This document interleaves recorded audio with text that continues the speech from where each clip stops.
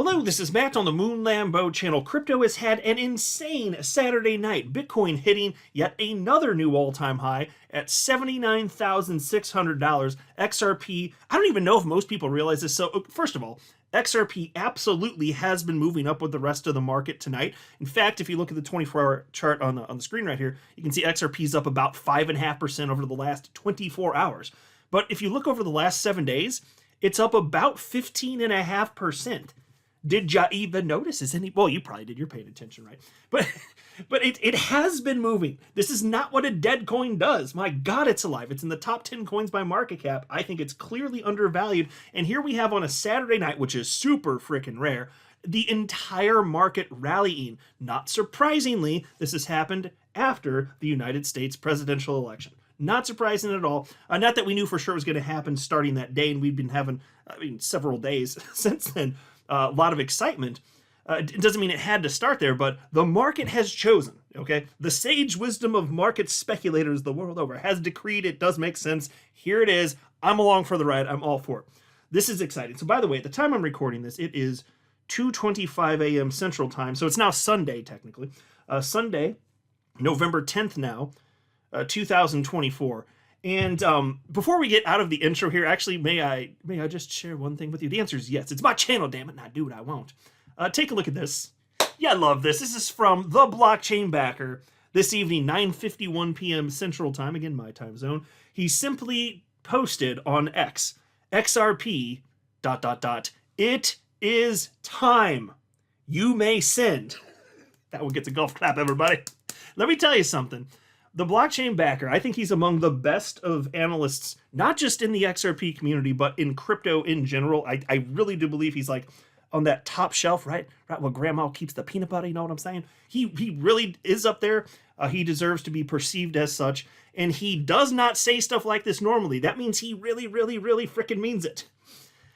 So we'll see. It doesn't mean it's literally happening this second, but with the market being the way it is, my God, folks. And I got more from him a little bit later in the video, so let's just share a few things. I just want to highlight some stuff that I found from analysts that I respect and follow. Most of it happening over the last several hours. Some of it slightly older than that, but all within the last, I think all within the last 24 hours or so. But there's so many takes and there's so much excitement. I just wanted to share with you some of the latest because, like, here's the deal. My stance when it comes to paying attention to what's going on in crypto, most of what it is sideways and downward price action, and it beats up people so severely. So when we do have these moments, my message to everybody is have fun with it. You deserve to. Yes, you're forced to endure the sideways downward nonsense, the questioning, did I make poor decisions? Why did I buy so-and-so meme coin? I get it. So when we do finally have these moments, have some freaking fun. You deserve it. You deserve it, damn it. Like, you just do. So as I record this, XRP is at 58.3 cents, 24-hour high just a bit ago, just above 59 cents. And again, that's up over 15% over the last 7 days. To be clear, that's not what a dead coin does. And I know that there are other coins that are breaking higher, which I'll talk about a little bit later in the video. I do want to for sure address that. But to be clear, there being tens of thousands of coins tracked on Live CoinWatch and CoinMarketCap, at any given moment, most aren't having their pure moonshot. So yeah, if you look across the board here, I'll even scroll down on Live CoinWatch. I mean, yeah, it's a sea of green. Pretty much everything's up. An absolute sea of green. That's the top 50 coins. There are a handful of coins that are having what maybe it's called like moonshot moments. Like if you're talking in a 24-hour period of 30, 40, 50%, especially if they're large or mid caps, yeah, that's closer to being reasonably called moonshot over a shorter time frame anyway. But most coins, that's not what's happening. So fine, that's not what's happening for XRP right this second. But why would you not be excited? Did you see what I just showed you on the chart? 15%. Yes, it's alive, which means as money rotates through crypto and people just start investing into whatever that they haven't researched, which is, by the way, how humans behave. You think it's not going to touch XRP. It's just a coincidence that it's always been in the top 10 coins by market cap its entire existence. It's just a coincidence that it got attacked by the SEC, which should have been the death knell for any coin. No, but it's here. Just a coincidence. Why? Maybe the market hasn't figured it out. Yeah, give me a break. Give me a break. That ain't happening. So here you have the Bitcoin chart over the last 24 hours. It's currently at $78,952. Oh, just broke above 79K. Love to see it. 24-hour high. It just happened about a couple hours ago. Yeah, so we're 2:29 a.m. my time now. So it looks like it hit its high right around 11:44 p.m. Saturday evening.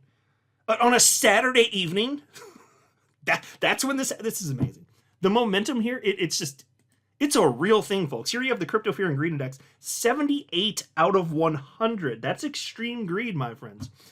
And now, I know, when you see extreme greed, you might think, oh, well, that's the time to sell then. Well, just understand, when you are in euphoria mode, it actually is the case that greed and extreme greed, it can persist for a long, long, long time. For months and months and months, potentially.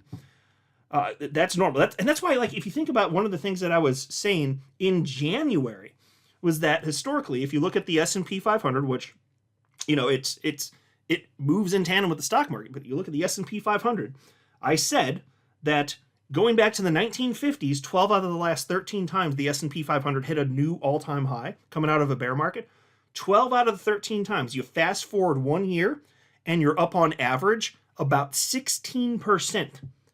And knowing that crypto moves in tandem, knowing that would mean the 4-year cycle coming through yet again, I'm like, well, if I'm playing the odds, I'm not a chart guy, but I do believe that history, when it comes to, certainly these markets, it kind of rhymes with itself. I'm not some sort of wizard here. I'm just acknowledging that humans are more or less going to keep behaving the same. And if you look at liquidity cycles, yes, it all makes sense. It really does. There was this post from chart analyst Rect Capital, and this was from the morning of Saturday, so before we just saw the greatest breakout, but this resonated with me. He was talking about Bitcoin, and I don't buy into the halving thing. I made it very clear on my channel. It's basically a proxy for a liquidity cycle, so you can use it to explain the 4-year stuff, and it correlates, like the correlation is there. I just don't believe that this is what's causing it, because Bitcoin, as I've highlighted many times, like there's almost no new supply. So if you cut off the almost no new supply in half, then it's still almost no new supply, and almost everything that's being traded, it's already out there. It doesn't matter. But some people disagree, and I just, respectfully disagree. But still, the data is the data beyond that. So he says, one final phase of the Bitcoin halving cycle. Bitcoin has finally broken out from its reaccumulation range, which is in red for those of you looking at the screen. As a result, Bitcoin is now on the cusp of transitioning into the parabolic phase of the cycle, which is green. It is during this phase that Bitcoin experiences accelerated growth into a parabolic uptrend. Historically, this phase has lasted a year or so. Okay, so imagine, like, where were we 4 years ago? November 2020. Now, Bitcoin, you could argue that and fair enough, you could argue that the November high in 2021 was a fake out. But still, it was technically the high, right? So the timing would still line up. That's so I totally get that. But even if you're talking about X number of months before that, if that's when all the real excitement was, well, still you're talking about the end of the second half of the year, or the first. I said that wrong. The end of the first half of the year. So you're talking, May, June, whatever.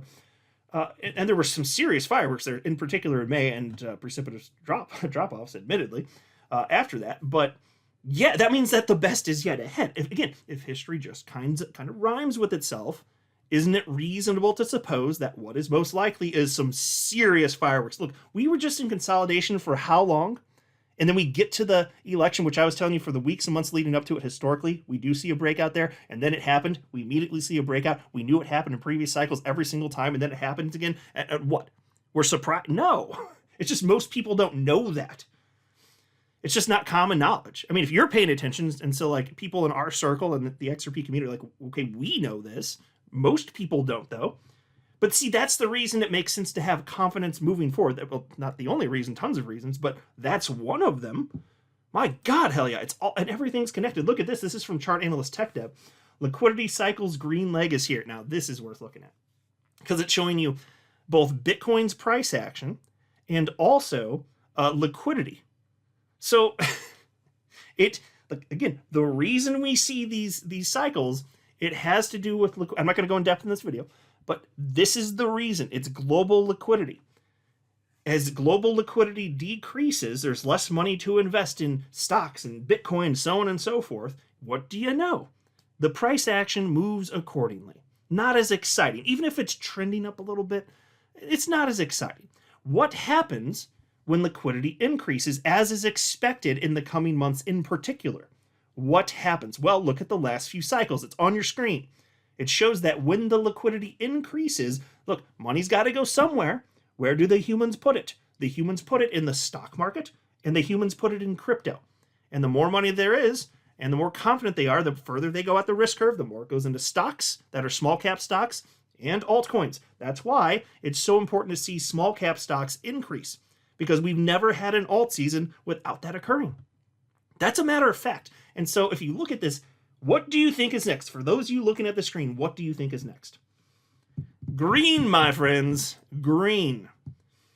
There's this post from chart analyst 360 Trader. He says, and this is at 10:22 p.m. Central, Saturday night.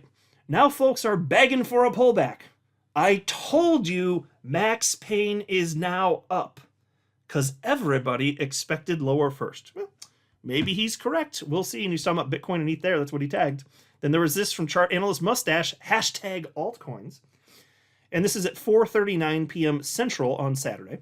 So before the most notable move up of the evening anywhere so far, where Bitcoin did break above 79,000, but you're pretty bullish even at 4:39 p.m. Central. But he said, I can't remember the last time altcoins pumped on the weekend.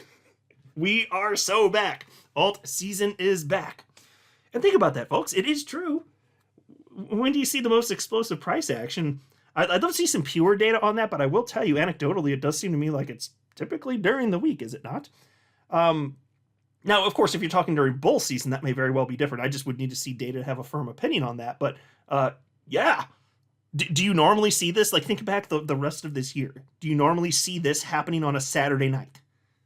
No, certainly not. So here's the post that I showed you at the outset of the video. It's worth highlighting again from the blockchain backer, XRP ... It is time. You may send. Look, we have the blessing of the blockchain backer. So do it, XRP, damn it. You little bitch. You got it in you. Then we had this from BCB. He said, market sending. Breadth open. Russell broke out. Gotta love it. Straightforward comment. Absolutely 100% correct. And to bring that point home, here is the last 5 days of the Russell 2000. Now, of course, it's the stock market. Doesn't trade 24/7, 365. So this is the price action from Monday through Friday. And the Russell 2000, small cap stocks, again, required. It's a requirement historically for us to have an alt season, because that just means people are going further out the risk curve, okay? The Russell 2000 up 8.75% in 5 days. Now, I understand that if you're used to crypto, that could be like, that could happen in like a minute. I get it. It's like 8.75%. This is legacy finance, and this is for a sector of the stock market that has been moving mostly sideways, or at least at a minimum, it's safe to say not breaking out for a very long time.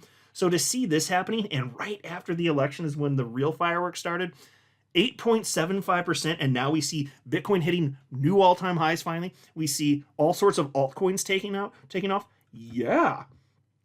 Are we surprised here? And so to think that XRP is just not going to be a part of this, you have some sort of mental deficiency if anyone thinks that. Like, no, that does not compute. That does not make sense. Liquidity is a rising tide that lifts all boats. It just is, broadly speaking. And with XRP being a large cap, why would that then not apply? Duh. Even if it doesn't literally apply to like some sort of ram scug, like rug pull or crap coin, whatever, fine if you want to play in technicalities, but what about the large caps? There's also this is from the blockchain backer on September 28th. Actually, I'll make this full screen for a second for those of you who care to look. This is the total crypto market cap, excluding the top 10 coins by market cap. And then he has a signal that he created. It's the altcoin breadth signal, flip signal. And so he wrote on September 28th, tightening up this breadth indicator with more restrictions to reduce false signals. Even with tighter restrictions, still shows breadth is opening. So again, the reason that's important, like I've said 3 times in this video, is as investors are willing to go further out the risk curve into small cap stocks, that if you're an investor with money and you're in both asset classes and you're willing to behave that way with the stocks, you sure as hell are likely to behave that way with crypto, all right? And so as the breadth was opening up, that's what the signal indicates. That's the time where it makes sense to be excited. Then this evening at 9:16 p.m. Central my time, he reposted that and he wrote, indicator of breadth has turned back on, and it did mark the bottom, was back in September. Hasn't given false signals. Folks, we are in that moment right this very second. I understand that the masses, in terms of the retail holders, they're not all here yet. They're going to be. They always come in to be our exit liquidity. That's just how it is. Just wait for Bitcoin to get a little, especially when Bitcoin gets to around $100,000. That always is like, Bitcoin always sucks the people in. And then what happens? They get the altcoins, so on and so forth. It's just how, I mean, by the way, that's true of me. When I jumped into crypto in 2017, it was making headlines. I looked at a story was about Ethereum. It was actually a negative story about Ethereum November of 2017. And on a whim, I just decided to dip my toe in the water, bought some crypto. Crazy time to jump in. But then there are people like me who are like, but okay, it's bubble popped, got it. But there is something to crypto. And I stuck around, and here I am 7 years later. So it's also an opportunity for those that, like, even if you're jumping in at less than an opportune time, because maybe you didn't know about it, you didn't have time to prepare for the bear market. I got that. But you still have that opportunity moving forward. It's not like crypto is going away. And so that's kind of the way I looked at it, even having jumped in towards the tail end of that crazy bull market in 2017. But it is the euphoria that got me into it in the first place. So it's not all bad. And I did just after that invest more and more and more. And it's been life-changing. I couldn't be happier that I've done what I've done. I'll just say that. There's also this from the blockchain backer. Look, I know if you're like me, maybe you care about XRP more than other altcoins, but he's talking about Cardano here. This is the type of stuff that you can expect to happen with XRP. It just happens for each coin at a different time. That's that. Broadly speaking, yes, money flows into Bitcoin, then other large caps, mid caps, small caps, rinse and repeat. It doesn't mean it's literally exclusively that, but that broadly speaking is how things unfold. And we are seeing that. So here you have a large cap coin, Cardano. He says here, the blockchain backer, Cardano takes back 7 months of price action in 5 days. Look at that rocket. That is a freaking rocket ship right there. Cardano absolutely killing it. It's a dead dino coin, right? I bought Cardano for 2 or 3 cents, whatever it was, back in early December of 2017. Dead dino coin, right? Now they're saying the same crap about XRP. Guess who's going to be wrong? Those people who say that stupid crap. Here's another post from the blockchain backer. Doge USD chart here. Doge trying to take out the March high. So again, look at what the market is doing. Then there's this. SUI, S-U-I, in price discovery at all-time highs. So there are some coins doing the thing. Let time pass. To think it will not apply to XRP is to say, no, history does not rhyme with itself, Mr. Moon Lambo. Well, at least he called me Mr. then. Here's another one from the blockchain backer, Total 3, so that's the entire crypto asset class excluding Bitcoin and ETH. He says, trying to poke through that 702. Is this all a coincidence? Methinks not. So anyway, lots of reasons to be excited here. I just want to share with you some initial thoughts because this is a fun night. It was great. I've been tracking this as I could throughout Saturday evening. I'm still up. Now it's 2:42 a.m. I guess I'll just stay up. I don't know. It's fun to watch this stuff. Like I said at the outset of the video, have fun with this. It's okay to celebrate. Even if you look at XRP, it's up. You could say only 5%. Now it's down, it's up, but less than 5% now, 4.66%. Who cares? Up almost 5% over the last 24 hours. It's okay to have fun with this. Okay. Some people like to be negative Nancy's, but it's not up enough. Well, don't talk to me when XRP's $1. No, shut up. Let me have my damn fun. Stop being a stick in the mud. Karen. Nobody likes you, Karen. I'm not a financial advisor. You should not buy or sell anything because of anything I say, all right? That would be a very, very, very bad idea. Until next time, to the Moon Lambo.